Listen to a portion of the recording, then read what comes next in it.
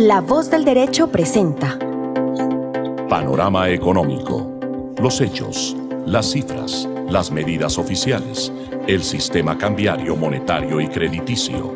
Dirige y conduce Luis Alberto Ávila.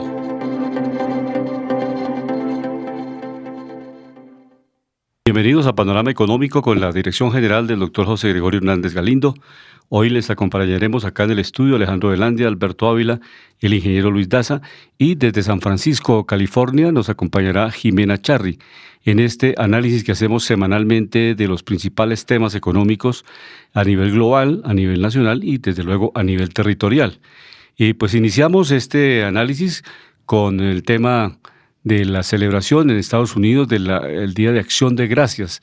Y precisamente Jimena nos va a hacer un comentario ya desde San Francisco para saber por qué celebran los norteamericanos este Día de Acción de Gracias y cuál es el significado para la gente que vive allá y también para la gente que ha llegado de otros sitios del mundo. Jimena, bienvenida a Panorama Económico, para que nos comente en qué consiste esta celebración y cuánto tiempo lleva Estados Unidos celebrando esta fiesta. Saludos para todos nuestros oyentes de nuestro programa Panorama Económico en la emisora La Voz del Derecho. El día de hoy, transmitiendo desde San Francisco, California, estamos alrededor de 16 grados y con 3 horas de diferencia entre Colombia y acá California. El día de hoy, pues un día muy importante para todos los estadounidenses.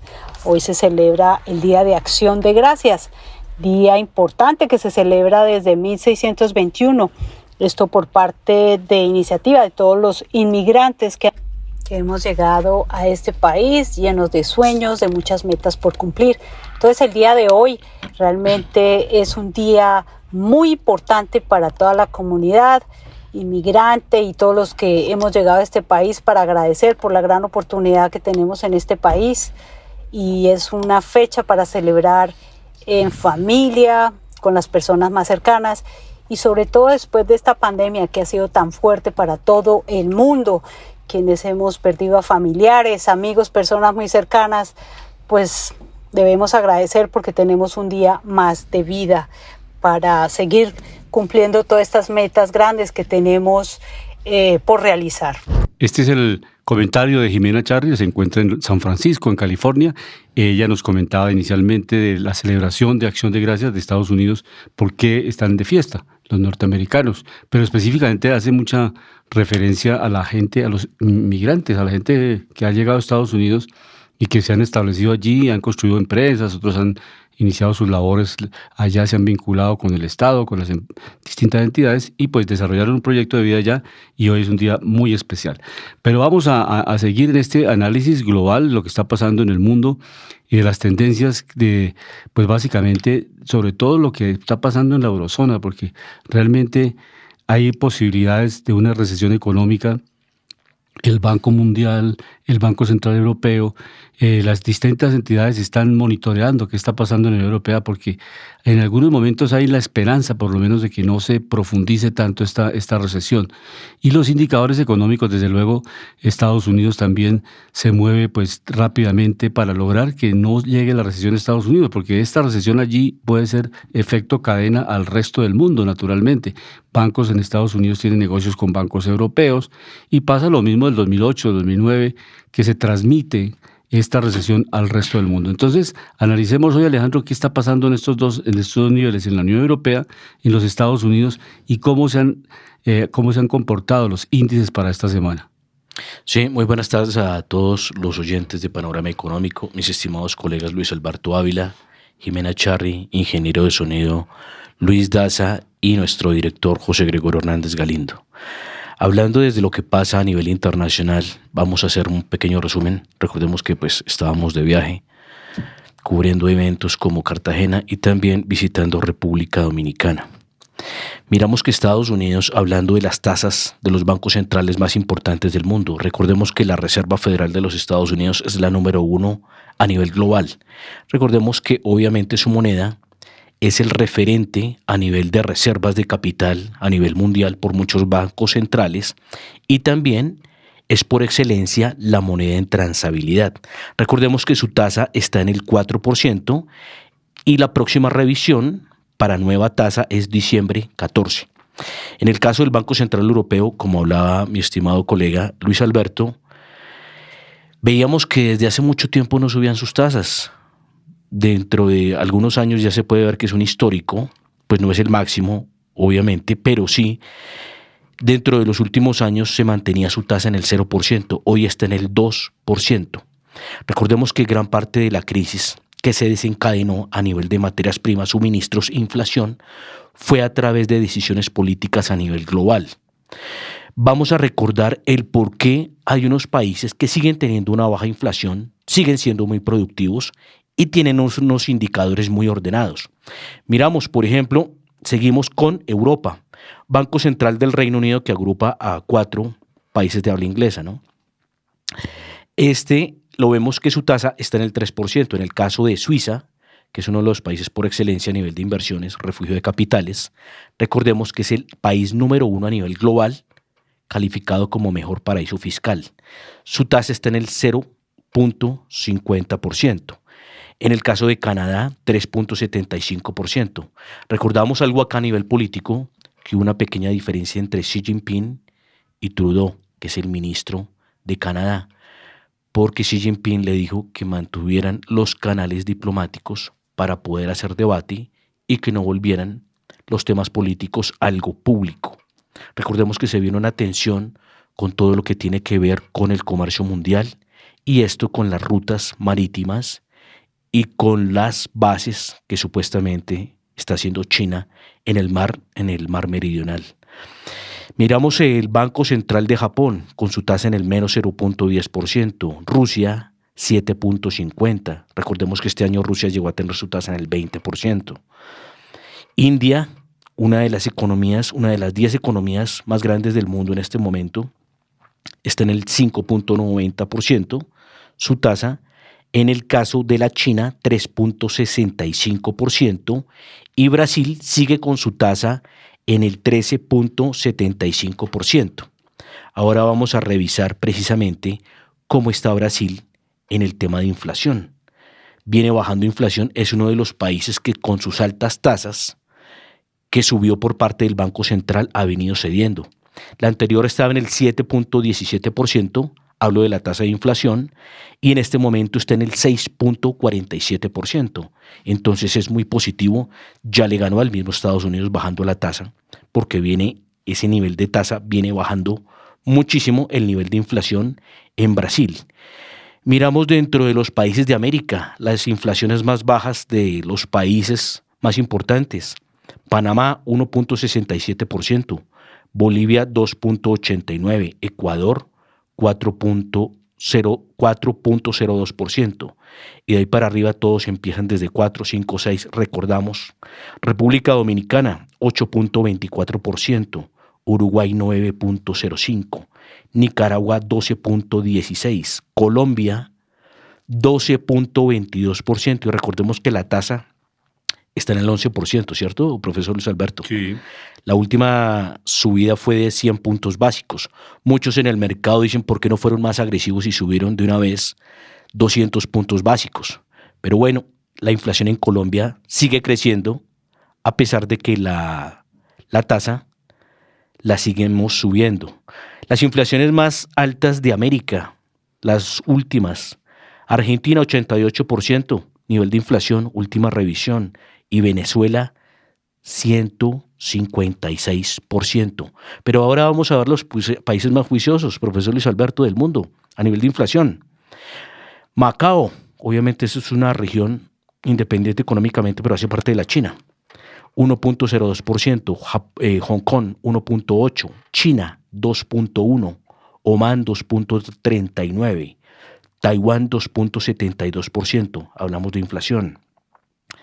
Arabia Saudita 3%, Kuwait 3.27%, Japón 3.7% y el que le sigue, Bahrein 4%. Y en Japón es importante que el Banco Central de Japón ha ya diseñado y es posible que el año entrante inicie con el yen digital. Es un experimento que están haciendo, ya se están coordinando con los bancos privados para lograr y la implementación del yen digital. Y con esto se va irrigando a muchos países. Aquí el gerente del Banco de la República hace unos días nos comentaba en una reunión informal, el doctor Leonardo Villar, que se está también trabajando desde el punto de vista del entrenamiento, del diseño básico, y que se aspira en no menos de 3, 4 años que Colombia también ingrese con el peso digital. De tal manera que es una tendencia global, y a eliminar pues obviamente las monedas físicas, el billete como tal, la emisión de los billetes, sino que todo pues sea ya a través del manejo de la billetera digital, que se puedan hacer las transacciones con las distintas monedas, y sobre todo a nivel nacional. Ya uno llegará a las distintas plataformas comerciales y simplemente hará los movimientos de cuenta a cuenta digital, de número de la cuenta de personal a la cuenta de la entidad financiera o la cuenta de la plataforma comercial. Y en fin, esos son cambios logísticos, no es un cambio estructural. Con esto no quiere decir que si llega la moneda digital se disminuye la pobreza, hay mayor redistribución del ingreso, tenemos un índice de ambiental mejor en el mundo. No, la moneda simplemente es un mecanismo, un medio de pago. Para eso se creó el dinero, como medio de pago, como medio de ahorro, como medio de transacción y como mecanismo de inversión. Pero en algunos casos se ha quedado solamente en el mecanismo de especulación, que es lo grave en las economías. La economía que no vea, y ahora más tarde vamos a escuchar al presidente Gustavo Petro desde Cartagena en el Congreso de Infraestructura. Allí están cerca de 3.500 empresarios, y se va a hacer el análisis de justamente cuáles son los paradigmas, hacia dónde debe migrar las sociedades, porque se ha planteado esas dos tendencias. Una es la estática, dice no, todo lo que está perfecto, no modifiquemos nada, no hagamos transición energética en el mundo, el mundo no vive ninguna calamidad ambiental, estamos perfectos, no hay inundaciones. Esa es la teoría extrema de la estática. O sea, usted está bien y usted está en el confort. Entonces, cuando un grupo privado está en confort, no piensa en la globalidad. Y entonces el mundo, decía esta mañana el presidente Petro en Cartagena, que uno va al hotel, al centro de convenciones, y dice, esto es una maravilla, estar uno acá dentro del hotel, estar en una burbuja, pero salga a las calles de Cartagena y encuentra los grandes barrios completamente inundados. O sea, se rompió toda la ingeniería colombiana, a pesar de los esfuerzos que se han hecho, y en el mundo, no solamente acá, pues todo eso, el agua y las inundaciones, rompe los diques, rompe canales, rompe todo. Y entonces él decía, mire, aquí están las pruebas, y les decía a los 3.500 asistentes al evento, ¿por qué no hacemos un tour por Cartagena y nos salimos de esta burbuja donde ustedes creen que el mundo que viven es solamente el mundo de los negocios, donde vivimos unos muy bien y el resto de la población está muy mal? Yo los invito a que salgan, conozcamos las ciudades desde el punto de vista estructural, no desde el punto de vista emocional. Entonces, me parece un mensaje muy interesante, pero más adelante vamos a escuchar la voz del presidente Petro, porque hace un llamado abierto, ¿no? E invoca a varios científicos en el mundo. Dice, esto no es un capricho personal, el mundo requiere eso, naturalmente lo vivimos. Nos hubiéramos podido quedar básicamente en el carbón, en los trenes, esas famosas locomotoras de carbón que fueron hace 2 siglos, pero ya China está en el tren eléctrico y los trenes súper de alta velocidad. Entonces sí ha podido el mundo cambiar. Entonces no quiere decir que no podamos hacer la transición, explicaba él. Y le decía a la ingeniería colombiana, tenemos un gran reto. Ya las obras que se construyeron antes de estos problemas de crisis climática que estamos viendo, esas obras quedaron enterradas, llenas en el fandango, porque están inundadas. O sea, hay muchas carreteras que se perdieron la banca. Yo tuve la oportunidad de viajar este fin de semana por Cundinamarca, y es impresionante ver las calzadas que se han destruido, y únicamente le toca a uno en una especie de aguja moverse los carros, porque no hay sino un solo carril subiendo de Melgar hacia Bogotá, porque están haciendo reconstrucción de vías. Entonces yo creo que este es un llamado no solamente nacional, sino global, de qué está pasando en el mundo y cómo podemos ir haciendo armónicamente una transición inteligente, no emocional, pero que sí debemos hacer, porque ya viene el fenómeno del Niño, que son las grandes sequías en el mundo, y vamos a perder también cosechas, vamos a perder vidas, en fin. Ese es el llamado que se está haciendo global, no solamente para Colombia, sino para el mundo. Sí, y hay algo muy importante también, que hay que pensar desde la naturaleza, porque es que las lluvias hacen parte del planeta y de su círculo natural. La naturaleza no va a decir, pues venga, no llovamos acá en esta región porque es que hay personas y hay infraestructura y hay viviendas. No. ¿Qué es lo que pasa con el tema de los ríos, por ejemplo, y las crecientes? Se sabe que no se debe construir, por ejemplo, cerca de las crecientes de los ríos. ¿sí? Más sin embargo, el ser humano va y construye allá. Entonces, el ser humano se tiene que adaptar también es a la naturaleza y no que la naturaleza se adapte al ser humano. Y en el tema de lo que dice Petro, sí estamos de acuerdo en ciertas cosas, pero él tiene que revisar es desde dónde se hacen las cosas, para qué se hacen y que sean con desarrollo e inclusión.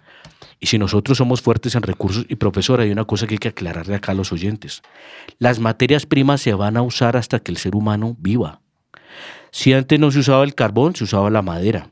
Y así sucesivamente. Y más grave, que se usaba la madera y se deforestaban cientos y miles de hectáreas de bosques naturales.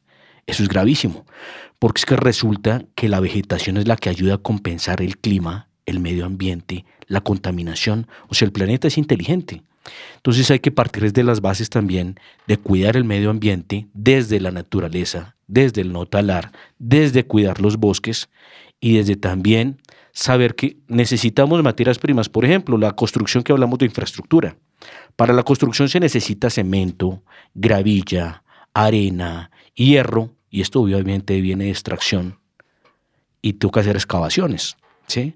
Entonces la idea es hacerlo sostenible, que ahí es donde debe ser amigable el sistema, que hacen muchas empresas a nivel internacional que trabajan con carbón, petróleo y otro tipo de minerales, hacen reforestación en la zona, hacen lagos, hacen lagunas y hacen una serie de infraestructuras a nivel natural que ayuden a que el ambiente, del medio ambiente, se regenere y se reconstruya. Pero hablando de los temas digitales, que todavía creo que seguimos internacional, sí. Estamos mirando para los que son aficionados a las criptomonedas. Hoy el Ethereum tiene un valor de los $1,197 y tiene una variación positiva del 1.98%. Recordemos que la capitalización de mercado es de $147.000 millones. Para los que recordemos que el Bitcoin llegó a los 67.000, 69.000 y estaban esperando en ese precio, profesor Luis Alberto, que llegara a los 500.000. Oh, sorpresa, esto se cayó, empezó a hacer niveles a la baja. Hoy está cerrando en los $16.569 por cada Bitcoin. Y recordemos que hoy está cayendo levemente el menos 0.10%. ¿Qué es lo que se le puede dejar a la gente en este tipo de criptoactivos? Obviamente todavía sigue siendo un mercado negro porque pues no hay mucha supervisión, no hay mucho análisis tangible y que pueda ser supervisado por ciertos reguladores en el mercado, ¿no? Que son los que abren la transparencia a la inversión. Pero hablando de Thanksgiving Day, recordamos, profesor Luis Alberto, que los que empezaron a formar Estados Unidos fueron holandeses e ingleses, ¿no? Con las 13 colonias. Y desde ahí en adelante recordábamos que Estados Unidos pues prácticamente es un país de inmigrantes, ¿no? Prácticamente Estados Unidos pues llegó mucho europeo, también llegó mucho mexicano. Dicen que en Estados Unidos hay de más de 40, 50 millones de mexicanos, ¿no? Sí. Entonces hay que recordar que esta es una nación muy importante, que hay que agradecerle muchas cosas, que creo que es la nación que más fomenta la democracia a nivel global. Pues muchos critican, pues obviamente muchas cosas, pero pues también hay que agradecerle todas las bendiciones que ha generado para muchos seres humanos en el tema de adopción. Miramos, por ejemplo, el mercado de los Estados Unidos. Hoy ExxonMobil cierra en los $113 y cierra levemente negativo el 0.50%, pero siguen ganadores como Twitter, que cierra positivo,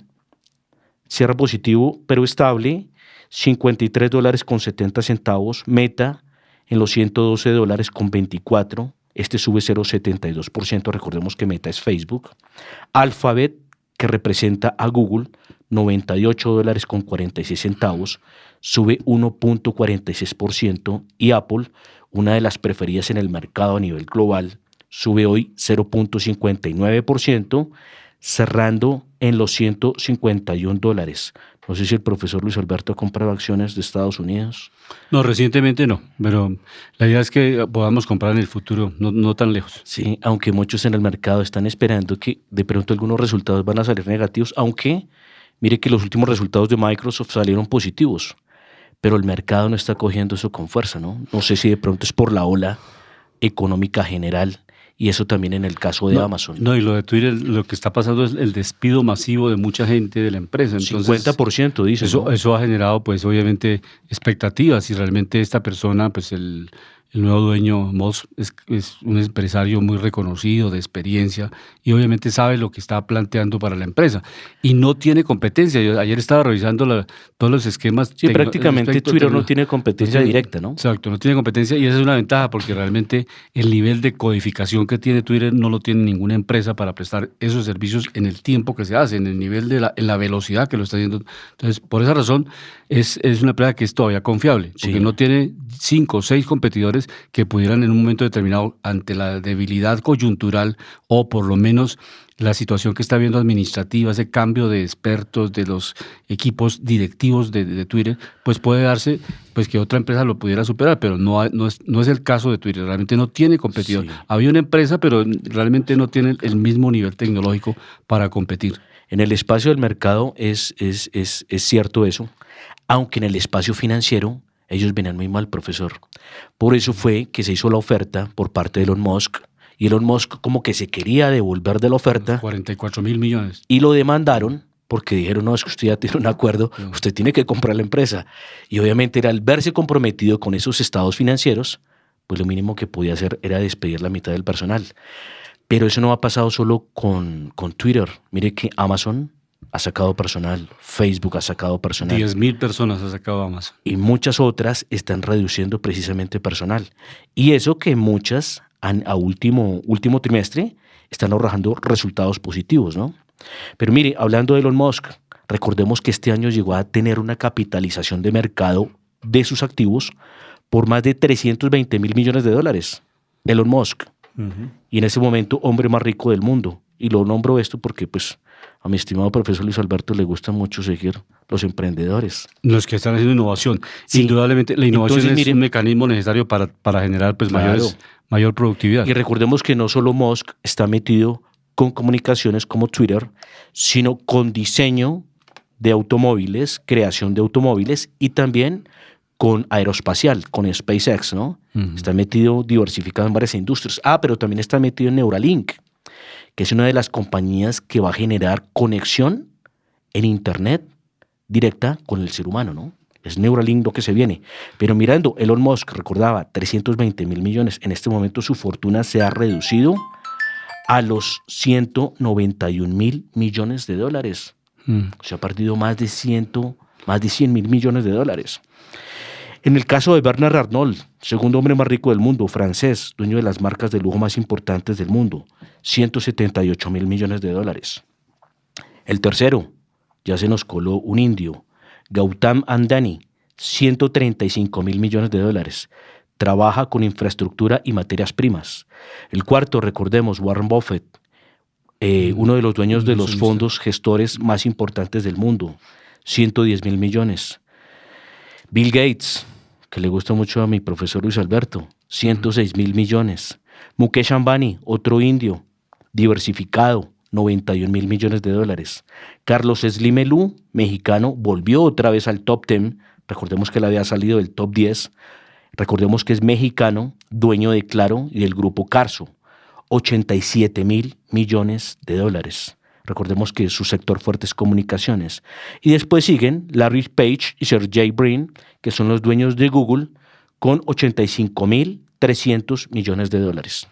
Y mientras unos empresarios acumulan capital, y es bien que tengan empresas fuertes, América Latina es de las regiones que ha tenido una disminución en la esperanza de vida, y es preocupante porque el disminuir la posibilidad de que la gente viva más tiempo, eso significa que la gente no se está alimentando bien, que hay problemas pues el sistema de salud no está funcionando preventivamente bien, y bajó, básicamente estaba en 75.5 años promedio y bajó a 72 años la esperanza de vida en América Latina, producto de la pandemia, que la pandemia pues obviamente llevó a los estados a invertir recursos en vacunas y extraordinariamente en programas de salud para contener la pandemia. Y hay que decirlo, en parar economía. Sí, por eso. Eso generó precisamente una distorsión en los balances, ¿no? Y ahora China, por ejemplo, que está con ese confinamiento que tiene, con estos rebrotes del COVID en la China, pues hay digamos, hasta cierto nivel de escepticismo y en algunos casos de pánico económico, porque China está parando en este momento de manera contundente la economía. Tiene confinamientos. Los últimos reportes son que fuertes, han pero llegado, el paro de economía tampoco es a nivel cero, ¿no? no llegan a eso, pero ellos tienen la O sea, meta ellos no hicieron- COVID cero, Sí, y eso eso sí. implica que están frenando muchas actividades. O sea, la gente meta no se por puede encima de mover. todo es esa. Claro, la meta de China es esa. Aunque Entonces, muchos, esa es la política de Xi Jinping, pero unos tienen miedo, profesores Alberto, sí, porque lo que usted dice, donde hay un pare fuerte, sí, pues, desestabiliza el mercado. Y recordemos que obviamente China no es cualquier productor, es una ¿no? locomotora muy fuerte. China es de los mayores transformadores de materias primas junto con Alemania y Estados Unidos. Claro. Entonces, ahí está una interrogación, o pues una interrogante fuerte para el 2023. ¿Qué va a pasar con China? ¿Mantiene la demanda global? Porque es uno de los grandes jugadores como comprador y como oferente. Y como oferente. Entonces, eso Y es... como eso, posición de mercado. Eso ¿no? determina básicamente cuál va a ser el futuro de la economía norteamericana, de la economía de la Unión Europea. Obviamente Rusia entró en recesión económica porque naturalmente las guerras no llevan ni generan pues, prosperidad. La guerra siempre sacrifica recursos en salud, en educación y se va a los recursos para la guerra. No, y lo otro, profesor, es que le cerraron el cerco, ¿no? Claro, O sea, entre financieramente. Estados Unidos, Europa y otros países quisieron precisamente hasta ponerle precios a las mismas materias primas que vende Rusia. Y obviamente dicen que China e India también se aprovechan de eso para decirle a Rusia, oiga, yo le compro el petróleo, el gas, pero véndamelo más barato. Entonces, lo que tiene que hacer es degradarse en el mercado. Entonces, ese tampoco es el dictado, ¿no? No, y actividades productivas también no tienen el mismo ritmo, porque mucha gente, jóvenes que no quieren ir a la guerra, rusos, Esa es una. que están saliendo. Y lo otro, la cadena de valor, profesor. O sea, que la cadena de valor, que muchas cosas las tiene que importar Rusia para producir maquinaria, porque muchos componentes son de otros países. O sea, entonces la cadena de valor se para y obviamente empieza a afectar la industria, ¿no? Están bloqueados económicamente. Pero hay otra cosa que usted comentaba sobre China y que se nos viene el próximo año, que es que hay una guerra prácticamente en este momento a nivel global económica. Se están uniendo bloques, el Quad, no sé si ha escuchado hablar de él, que es India, Japón, Estados Unidos y Australia, tratando de hacerle un bloque a China. Australia está también muy estresado y muy asustado porque es que con esas islas artificiales en el mar meridional de China, lo que China está tratando de asegurar es su ruta de la seda. Pero resulta que también se puso a comprar o a hacer puertos en conjunto con países que quedan al lado de la India, por ejemplo. Y recordemos que la India y la China han sido grandes competidores. Más sin embargo, ellos están dentro de un grupo que se llama el BRICS, ¿no? Es uno de los países más fuertes, pero lo que se ve en el mundo es que en este momento, con ese crecimiento tan fuerte que tenía China, lo que le quieren es quitar ese poder de transformación a nivel global. Pero otro de los que ha sufrido en este año también ha sido Alemania. Alemania ha reducido mucho su industria, su transformación, su poder y su fuerza económica. La misma situación de la guerra Rusia-Ucrania y el suministro de gas. Pero pasemos ya a nuestros temas nacionales. El análisis de esta semana, sin duda, este Congreso de Infraestructura es importante. Pues el balance de Juan Martín Caicedo Ferrer, que es el presidente de la Cámara de la Construcción en Colombia. Él lleva muchos años ahí, ¿no? Exactamente, y que fue alcalde de Bogotá. Pues él ha hecho el análisis de que básicamente el país ha avanzado, las empresas le han cumplido con el programa de 4G, las carreteras, estos viaductos que se han construido en el país, pero que pues, tenemos que llegar a 5G, que es la nueva generación de la infraestructura que requiere Colombia. Y también ha planteado algo bien interesante en el Congreso de Cartagena, que se está realizando hoy, termina mañana viernes, algo relacionado con la creación de un fondo financiero. Mañana van a hacer el convenio oficial con la CAF, con el Banco Interamericano de Desarrollo, para crear un fondo financiero especial para financiación a las pymes, o sea que las pequeñas y medianas empresas puedan ingresar también a la competencia en materia de infraestructura, porque más adelante escucharemos al presidente de la República, él manifiesta lo mismo, que hay empresas pequeñas que no pueden competir con las grandes empresas y lo que ha ocurrido es que se ha generado un oligopolio de grandes firmas contratistas en el país que no permiten el surgimiento de nuevas firmas, de nuevas empresas, porque naturalmente se requiere un músculo financiero muy grande y en algunos casos tener recursos de la Financiera de Desarrollo Nacional, que es la empresa que se creó para hacer esa búsqueda de inversión internacional, y con esa inversión internacional o con la emisión de bonos de la FDN, de la Financiera de Desarrollo Nacional, poder con esa emisión traer recursos a Colombia para financiar las 4G. Ese ha sido el trabajo que ha hecho la Financiera de Desarrollo Nacional. Pero ahora, Juan Martín Queso ha anunciado este fondo financiero que es muy importante. Y otras medidas.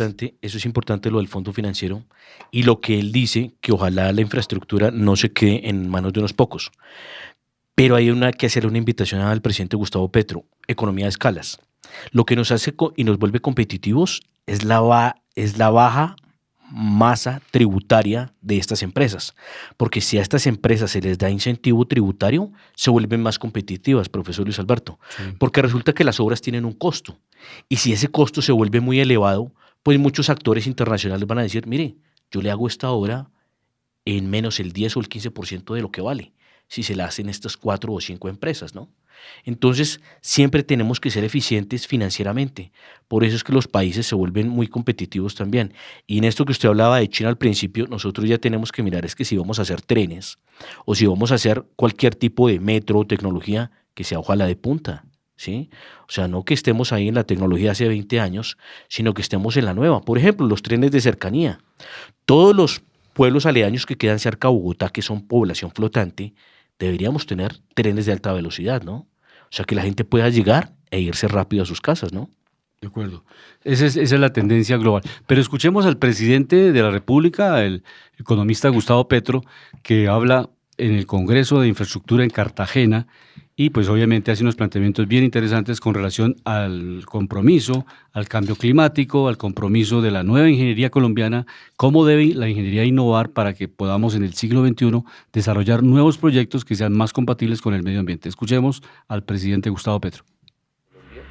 Con fuerza, las facultades, a la discusión académica, en la juventud, que al final es la que tendrá que soportar lo que les vamos a dejar en 2 décadas. Este es un tema que me parece fundamental. No observo una capacidad de ingeniería adaptable a las circunstancias de crisis climática cada vez peores que vivimos. Y finalmente, un último tema, la contratación estatal. Usted tiene razón, yo me he estrellado ya con esa realidad. El sistema de contratación estatal está hecho para privilegiar grandes capitales, concentrar la economía en todos los aspectos, incluidas las obras públicas y la infraestructura. Una transformación que hay que hacer es cambiar esa normatividad, parte es nuestra, parte es de la ley, hay que hacerlo en ambos campos, que permita una democratización de la contratación estatal en Colombia. Hoy es casi imposible contratar una acción comunal para que entregue comida a la gente de su barrio, en un tema tan simple.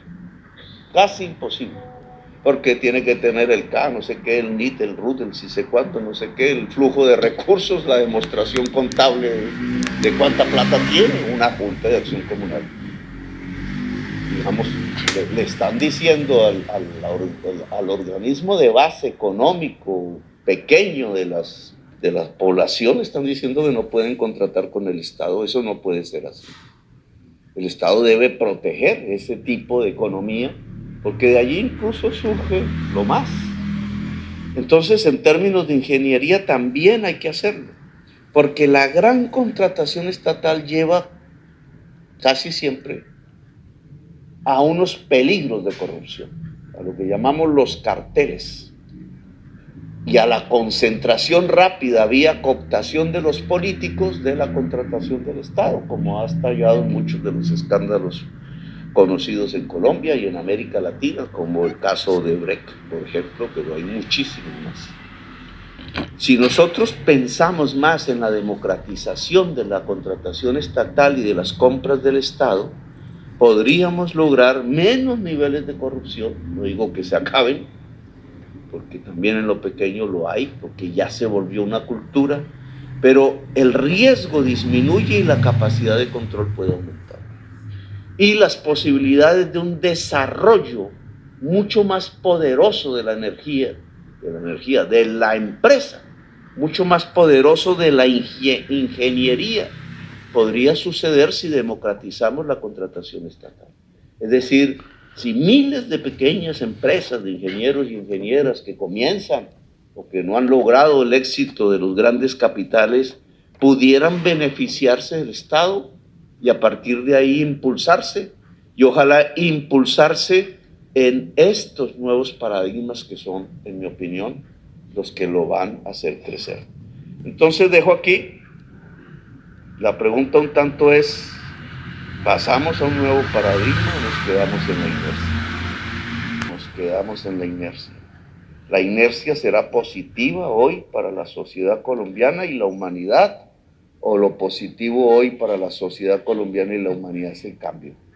Y el cambio hacia estos nuevos nortes que nos permiten algo fundamental. El objetivo ya no es la velocidad, aunque pueda existir, por ejemplo, la banda ancha. El objetivo es la intensidad de la vida. La ingeniería que necesitamos no es solo la que desarrolla la velocidad, mal equiparada con el desarrollo, sino es la que desarrolla la vida y por tanto su intensidad, la que permite la vida, porque la ingeniería no es creadora de la vida por ahora, pero la ingeniería sí puede ser cuidadora de la vida y eso es fundamental ahora. Cuando hablamos de una Colombia potencia mundial de la vida, estamos hablando de eso. No puede haber una potencia mundial de la vida en Colombia si nuestra visión es la del siglo XX. Esa solo nos lleva a sacar petróleo, carbón, destruir naturaleza, depredar tanto al ser humano, nos lleva a la economía ilegal, nos lleva a matarnos entre nosotros mismos, nos lleva a lo contrario de la vida en Colombia cuando somos la segunda región. Es la intervención del presidente Gustavo Petro en el Congreso de Infraestructura que está desarrollándose en la ciudad de Cartagena. Hoy jueves, de ayer empezó miércoles, jueves y mañana termina. Mañana, como les habíamos comentado hace unos minutos, se firma un convenio bien importante con un banco japonés, con la Financiera de Desarrollo Nacional. ¿Se habló de montos? Con Bancoldes. No, se crea el fondo, pero no se estableció todavía el monto, pero es para financiar las pequeñas empresas. Pero Juan Martín Caicedo Ferrer también planteó algo bien interesante. Perdón, pero es un fondo nacional que se crea a través... Fondo internacional, con banco japonés, Financiera de Desarrollo Nacional. ¿El fondo que se crea es nacional o internacional? Fondo para Colombia, es un fondo nacional, pero vienen recursos del banco japonés. Ya. Pero va a ser un fondo para Colombia, no es un fondo internacional, es un fondo para las empresas de ingeniería colombiana que necesitan capital de trabajo. Porque lo que plantea Juan Martín Caicedo, el presidente de la Cámara Colombiana de la Construcción, es básicamente que algo que se dejó en la ley es que no hay anticipos en las obras. Y ahora lo que está pasando de manera pragmática en la praxis es que una pequeña o mediana firma de ingeniería que no tenga el capital no puede participar en ninguna licitación o en ningún trabajo porque no está fondeada. Hagámosle un ejemplo sencillo. Una empresa tiene un contrato de 3.000 millones de pesos, tiene que desarrollarlo en 6 meses, tiene que tener una caja de 500 millones y no le dan anticipo de ninguna naturaleza. Ya cuando está en la mitad de la ejecución del contrato de la obra, le empiezan a pagar según las actas de desarrollo de la obra. Entonces, este fondeo, estos recursos tienen que pagarlos muy costosos la empresa y entonces se está planteando que se vuelva algo que se dio en el pasado, eso existió, sino que por los niveles de corrupción se eliminó, que era el anticipo que da el Estado. Claro. Y ese anticipo lo que pasa es que debe manejarse de manera muy bien administrada, porque es cuenta conjunta, firma la entidad oficial. Y así como lo hace una fiduciaria, ¿no? Y una fiduciaria, unos recursos que se van soltando los dineros de acuerdo a la ejecución de obra. Pero no, tiene que ser anticipado porque, digamos, cuando usted va a desarrollar la obra, tiene que hacer una inversión de gastos en la obra como tal. Y si no tiene un solo peso, pues las firmas pequeñas quedan eso por debe fuera. estar contemplado. Entonces, eso estaba en la ley. Y eso es lo que hacen las fiducias, ¿no? Esa es la labor de ellas. Sí, entonces van a restablecerlo. Y otro ejemplo que plantea el presidente de la República es eso. Yo tuve la oportunidad de trabajar en acción comunal, o sea, conozco el movimiento comunal en Colombia y desarrollamos la construcción de centros comunales, salones comunales, canchas deportivas, y eso se desarrolla con contratistas, pero lo que está planteando el presidente es que esas juntas de acción comunal que tienen personalidad jurídica puedan desarrollar pequeñas obras de su barrio y no tengan que darle a un contratista, a un intermediario que tiene una utilidad, que tiene una intermediación como en todo, sino que llegue directamente a esos obreros del barrio, a esos ingenieros del barrio, los pagos de esos salarios y es irrigar el presupuesto público en obras que necesitan las comunidades, en los barrios, en la localidad. Entonces, hay un cuello de botella, porque esas juntas de acción comunal, pues obviamente para iniciar en este proceso de la emergencia que se está viviendo en este momento de inundaciones y de distribución de alimentos, pues tienen personalidad jurídica, pero no tienen un capital, no tienen unos balances que digan esta empresa es una empresa que hace 10 años está ganando millones y millones de utilidades, porque es una junta de acción comunal que es muy pequeña. Profesor, la idea puede y no ser tiene buena, recursos. la idea puede ser buena, pero necesita una veeduría, ¿no?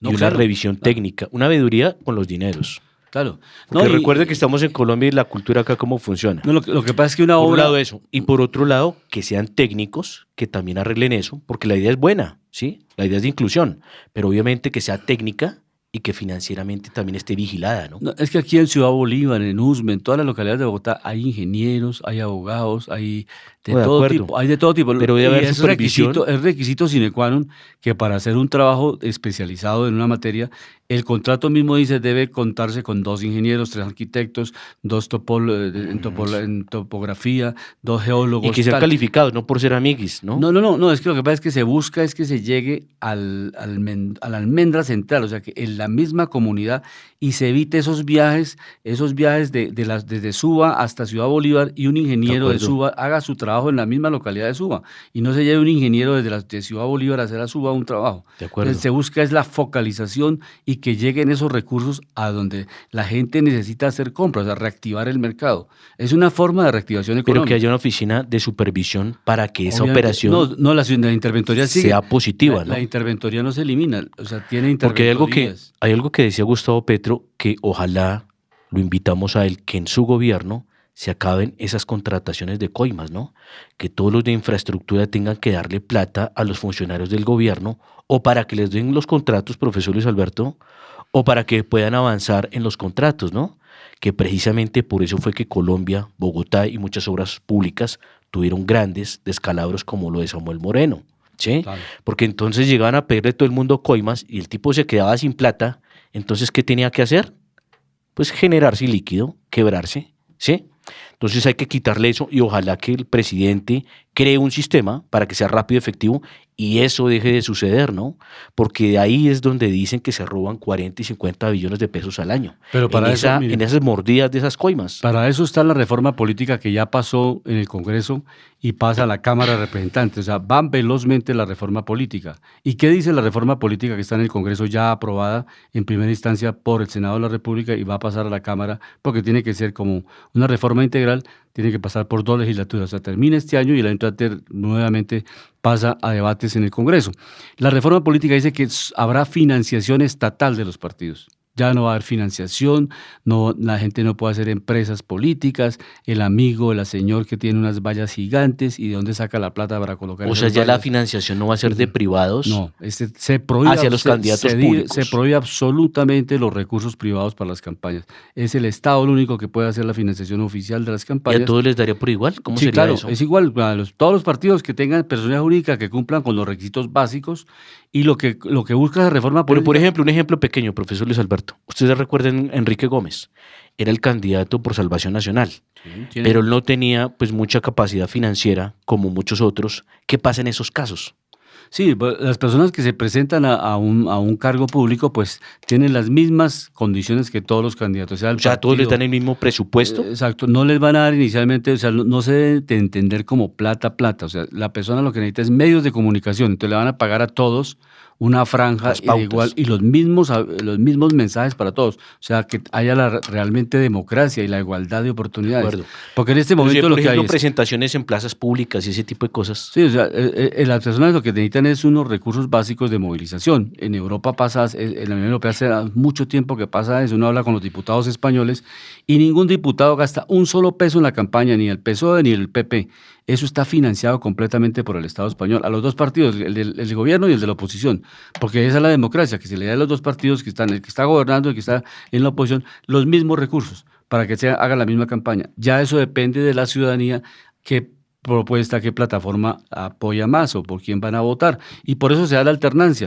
En un momento llega la izquierda, el Partido Socialista Español, después volverá el PP a gobernar España, y se da esa alternancia porque un gobierno cuando llega, pues llega con unas propuestas, las ejecuta, y si no cumple la expectativa de la ciudadanía, pues viene el relevo del gobierno, eligen un nuevo gobierno porque el gobierno no cumplió con las expectativas. Perdón, Eso pasa. y con ese nuevo sistema, ¿el oficialismo no tendría una ventaja? No, porque repito, los recursos son Pregunto yo. iguales. Los recursos son iguales. Simplemente lo importante es que esté el movimiento inscrito. No, a lo que como es el Ejecutivo y ellos son los que manejan recursos. No, porque la reforma política no permite que el Ejecutivo maneje recursos a discreción del Ejecutivo. Ni haya sesgo. No, sencillamente hay unos recursos en el Fondo Nacional de las Campañas que lo maneja el Estado y se le hace una distribución a los partidos. Los partidos que deben cumplir, lo dice la reforma política, pues que tengan una democracia interna. No puede ejercerse el bolígrafo, que una persona se convierta en el gamonal, en el dueño, lo que le pasa a Cambio Radical, que hay un solo dueño, en el Partido Liberal hay un solo dueño, en el Centro Democrático hay un solo dueño. El pacto histórico. O sea, debe haber una democracia interna, que los cuadros del partido sean elegidos con actas, con acciones concretas democráticas para que sea elegido una junta directiva, y los candidatos a los consejos, a las asambleas, deben también ser elegidos mediante una votación popular, o sea interna, porque el partido no es muy grande y no puede convocar por elecciones de registraduría en la plaza pública, pero puede hacerlo a través de recintos cerrados en los cuales la gente, los militantes, tienen que participar. Si no hace ese ejercicio, no tiene acceso a los recursos. Hay algo que se estaba hablando que era mirar a ver si se ponía el voto obligatorio. Sí, eso sí está en veremos, no ha tenido acogida, porque pues hay en pro y en contra del voto obligatorio, porque pues obviamente hay muchas personas que dicen de que en ese momento la gente pierde la libre derecho a tomar una determinación, o votar o no votar, pero está el voto en blanco, que también da una opción para que la gente, si los candidatos que están en el cuadro, Profesor, hablando no de eso, satisfacen sus necesidades y sus expectativas, pues la gente puede votar en blanco, y entonces Profesor, da una opción adicional. hablando de eso, dentro de la reforma política, ¿usted no creería que se debería avalar el no voto como si fuera un voto? Me explico.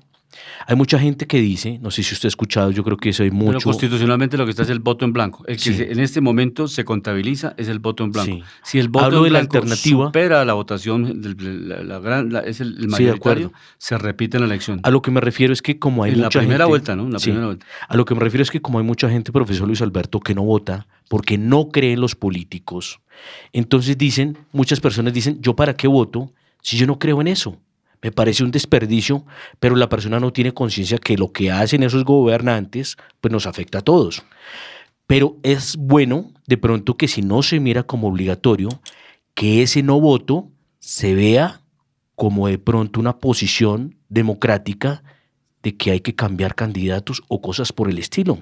Porque si no hay una intención al voto, es porque no hay un incentivo.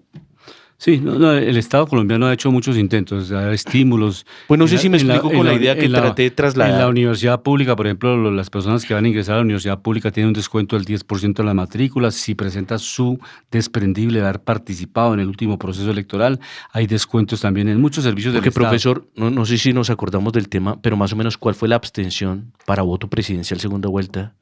Más o menos fue como el 50%. Sí, un poquito menos del 50%. Sí, lamentablemente eso sucede en el mundo en general, no solamente en Colombia. O sea, la abstención es muy alta. Y la idea es esa, que los partidos políticos no sean partidos de garaje, sino sean partidos organizados que estén en contacto directo con la población durante los 4, o sea, Así es, permanentemente. permanentemente. Lo que debe hacer un partido, que debe hacer cualquier partido moderno, simplemente hacer una participación permanente, unos foros permanentes. O sea, aquí lo que escuchamos más es el concepto de la NIF, de la ANDI, de los gremios económicos, de FENALCO, que son muy buenos conceptos, respetables. O sea, pero ¿dónde están los partidos políticos presentando propuestas? Entonces tienen que salir los partidos políticos organizados a hacer el foro sobre la salud, el foro de la educación, el foro de la minería, el foro de la transición energética. Y esos partidos deben invitar a los expertos nacionales e internacionales para que desarrollen propuestas, documentos científicos y le den participación tanto en Bogotá como en las regiones a toda la gente que no participa solamente en el proceso electoral, sino que son académicos que pueden hacer un aporte a los partidos. Pero si los partidos no hacen convocatoria, los partidos no tienen en este momento documentos. ¿Cuál es el planteamiento oficial del el cambio radical frente a transición energética? No hay documentos oficiales. ¿Cuál es el planteamiento oficial del Partido Conservador frente a la salud? No, está plegado al partido Pacto Histórico. Entonces, si no hay esas diferencias, los partidos se refunden y dicen, todos son los mismos, porque finalmente ninguno tiene una plataforma ideológica que lo identifique y que lo haga distinto. Entonces hay un partido que defiende el medio ambiente, otro dice no, pueden hacer deforestación, pueden hacer lo que quieran, yo soy amigo de eso. Entonces la gente toma la decisión, voto por un partido que defiende el medio ambiente, por este partido que defiende unas políticas económicas, o me voy hacia otra tendencia. Entonces esa es la diferencia. En este momento no hay partidos porque lo que hay son empresas familiares al servicio de la política. O sea, unos señores que... O sea, usted diría que en este momento no hay partidos. No hay partidos, porque no hay centros de investigación. ¿Cuáles centros de investigación? Eso era algo que yo iba a decir, que sea algo técnico y no solo ideológico. No, ¿explico? No, porque, por ejemplo, todo estudio técnico finalmente es ideológico. Ninguna acción profesor, del ¿sabe ser por qué humano... sí, ¿sabe hacia dónde voy con eso? Porque es que hay muchas ideologías que no son prácticas y no muestran resultados efectivos. Pero el solo hecho de no hacer nada ya es una acción política. Sí. Si yo no hago nada, soy un acuerdo. conservador nato. O sea, no estoy haciendo absolutamente nada. De acuerdo. Si yo reconozco que hay cambio, que hay mutación, por pues ejemplo, ya soy una persona progresista, no por partido, sino porque ya está pensando que hay cambios. Nosotros estamos de acuerdo que este país tiene que tener cambios. Claro. Pero para bien.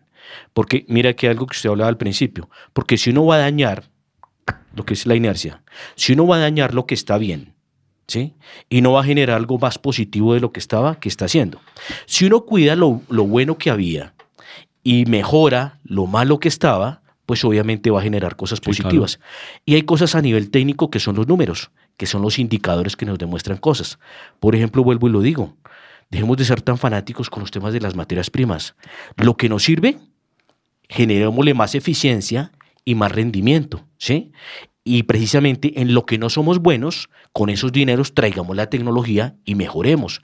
Pero un llamado que sí les digo de pronto a todos los partidos, porque es que aquí nos quieren dividir de izquierda a derecha y no se trata de eso. Aquí se trata de que tiene que haber un país en el cual todos quepan y que hayan oportunidades para todos y que acá, profesor Luis Alberto, consumir, como lo decía en Colombia, que no sea de lo más costoso. Mire, hoy en día hay mucha gente me decía, los almuerzos del día a día ya se duplicaron. ¿Cómo hace la gente? Reducir gastos y costos y el país pensando en incrementar impuestos y creyéndose el más sabio, mejorando condiciones cuando las está retrayendo en el tema de generaciones de valor. Entonces vamos a hacer el ensamble con la María José Jaramillo, la directora de Planeación Distrital, para hacer el análisis de lo que es básicamente la planeación de corto plazo, la planeación de mediano y largo plazo, y lo que tiene que ver con el plan de ordenamiento territorial y por lo que la labor que está haciendo Planeación Distrital frente a pues este gobierno, que ya está a un año de terminarse el gobierno no de la alcaldía de Bogotá, sino de todas las alcaldías de Colombia. Les queda en octubre del año entrante, tendremos elecciones para alcaldes y gobernadores y todos los alcaldes y gobernadores serán relevados. Escuchemos a la directora, secretaria de Planeación de Bogotá. En la ejecución, digamos, de la misionalidad del Estado. Hoy en día casi que se confunde la planeación con la realización de trámites. Y de verdad yo encontré que la Secretaría de Planeación se había casi convertido como en una notaría de trámites. Y eso le producía muchísima frustración a todos los funcionarios de planeación. Y yo creo que podernos salir de la tramitología de asuntos que realmente no solucionan los problemas de la ciudadanía y de la ciudad, para podernos concentrar en grandes decisiones y grandes proyectos que requieren, como lo decía el profesor Catel, burocracias innovadoras y audaces, es el sentido mismo de la existencia de la Secretaría de Planeación.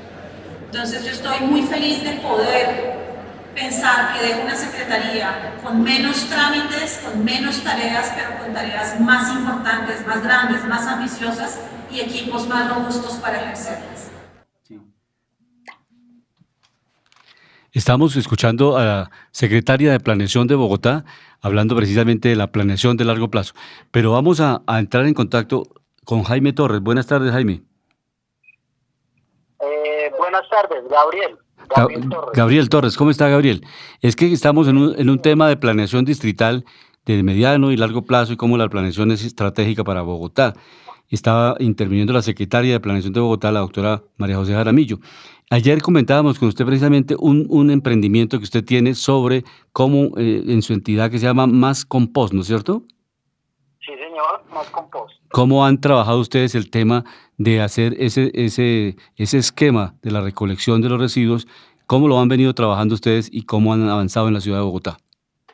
Ok, muchas gracias, don Luis, por la invitación y por esta oportunidad. Nosotros venimos trabajando el tema de la recolección selectiva de residuos orgánicos en la ciudad de Bogotá a través de unas microrrutas, las cuales hemos podido diseñar de acuerdo a los hogares que se suscriben al programa en las diferentes localidades de Bogotá, con el interés de ofrecerles a ellos la opción de que separen sus residuos orgánicos, nosotros podamos recoger esos residuos orgánicos, los podamos gestionar a través del compostaje y podamos aprovechar esos residuos orgánicos en abono natural para que los hogares tengan un recurso que puedan usar en sus plantas y aparte de eso pues tengan la garantía de que esos residuos orgánicos que se están dejando de contaminar, se están dejando de impactar negativamente el ambiente de la ciudad de Bogotá. ¿A cuántas localidades han llegado y cuántas personas tienen afiliadas ya a este programa que es bien importante en este cambio que estamos haciendo de las costumbres en la manera en la economía circular? Nosotros actualmente estamos atendiendo 10 localidades de la ciudad de Bogotá y tenemos a 2.530 hogares suscritos al programa. Esos 2.530 hogares los visitamos una vez a la semana, los distribuimos en los diferentes días de la semana y cada día de la semana estamos visitando a 230, 250 hogares diarios y de esta manera es que estamos promoviendo la separación en la fuente y el aprovechamiento de residuos orgánicos en la ciudad de Bogotá. Y una síntesis, ¿ustedes iniciaron en dónde, cómo iniciaron y ahora cuántos empleados tienen, a cuántas personas están generando el empleo? Nosotros arrancamos en el 2017, arrancamos 2 personas. Cuando arrancamos nosotros lo hacíamos en bicicletas, entonces de esa manera fue que nos dimos a conocer, fuimos transmitiendo el mensaje de este proyecto y en la actualidad tenemos un equipo de trabajo de 28 personas, los cuales pues, están contratados de acuerdo a todas las exigencias de ley, con prestaciones sociales, y estamos desarrollando esta recolección selectiva a través de 10 vehículos, los cuales diariamente visitan, como ya le dije anteriormente, 250 hogares diariamente. ¿Y qué proyección tienen ustedes? ¿A qué aspiran con este proyecto, este emprendimiento que han desarrollado en la ciudad de Bogotá? ¿Hay en otras ciudades este tipo de trabajo de recolección de los residuos y el compostaje, que es bien importante en la producción de abonos? Nosotros tenemos la meta de poder llegar a atender por lo menos al 10% de los residuos que genera Bogotá diariamente. Sabemos que Bogotá diariamente está produciendo o generando 7.500 toneladas de residuos diariamente que ingresan al relleno sanitario.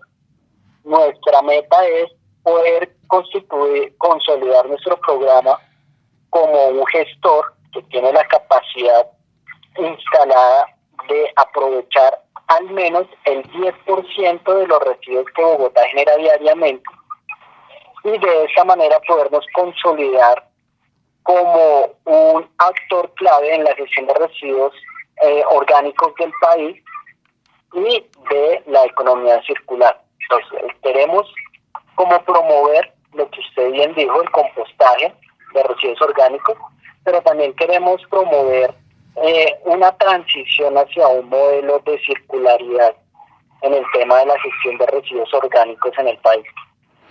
¿En otras ciudades hay referentes de este trabajo o solamente se está haciendo acá en Bogotá este proceso de recolección y compostaje? Sí, efectivamente en Colombia hay como algunos emprendimientos que han querido replicar este modelo. En la ciudad de Medellín hay uno, en Cali hemos conocido otro, en Manizales, pero son como esfuerzos aislados. Entonces lo que nosotros queremos, pues obviamente no como que ser los únicos, porque la tarea es titánica, sino por el contrario, lograr una articulación con el propósito de promover este modelo en otras ciudades o a nivel país, pero atendiendo a las dinámicas locales, porque es muy diferente atender a Bogotá que atender a Manizales. Entonces lo que nosotros queremos es promover una articulación. Estamos trabajando en ello, pero es muy complicado porque ya los recursos económicos son limitados.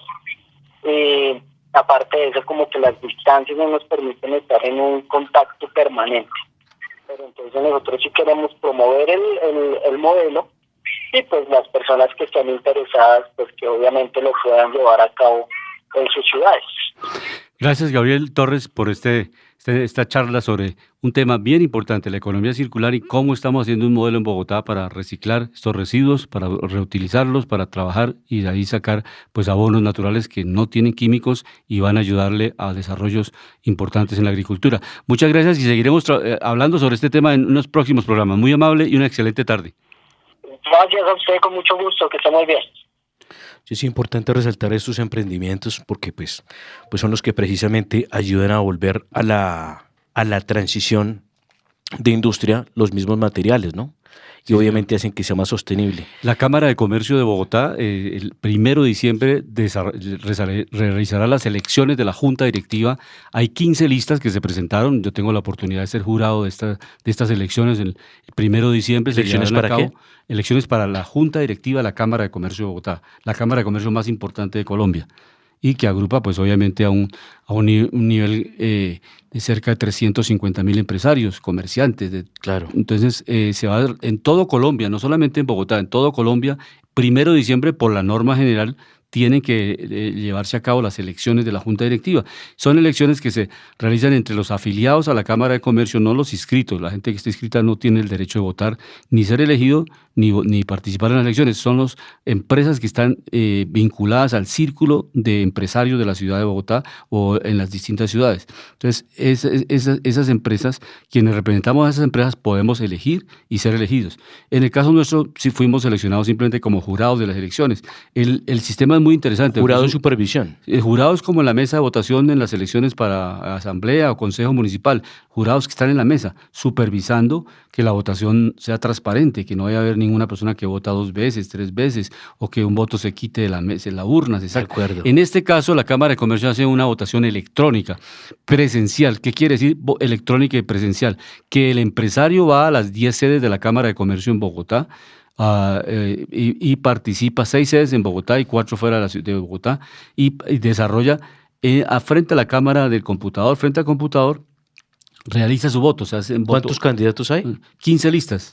15 listas. Cada lista tiene 8 candidatos, porque la Cámara de Comercio elige democráticamente 8 candidatos a la Junta Directiva y 4 los designa el Gobierno Nacional de turno. O sea, cada gobierno designa 4 representantes del Gobierno Nacional en la Junta Directiva de la Cámara de Comercio de Bogotá.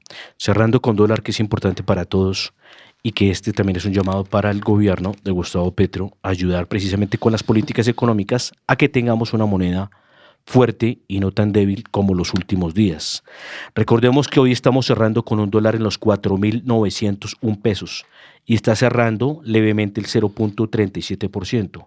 ¿Qué es lo preocupante? Que ya estamos viendo una barrera de piso de los 4.780-90 pesos. Ojalá que esto no coja fuerza y se vuelva un piso para que ese dólar empiece a subir o se mantenga por encima de estos niveles, ¿no? Es un llamado muy importante y le hicimos también al presidente, pues que esto le hace mucho daño a muchos empresarios, a los que consumimos, porque recordemos que Colombia sigue importando más de lo que exporta. Muy bien, llegamos al final de Panorama Económico con la dirección general del doctor José Gregorio Hernández Galindo. Les acompañamos hoy Alejandro Velandia, Alberto Ávila, desde San Francisco, en California, Jimena Charri, en el Control Master, el ingeniero de sonido Luis Daza. Nos escucharemos la próxima semana. La Voz del Derecho presentó Panorama Económico. Los hechos, las cifras, las medidas oficiales, el sistema cambiario, monetario y crediticio, la agricultura, la industria, en La Voz del Derecho.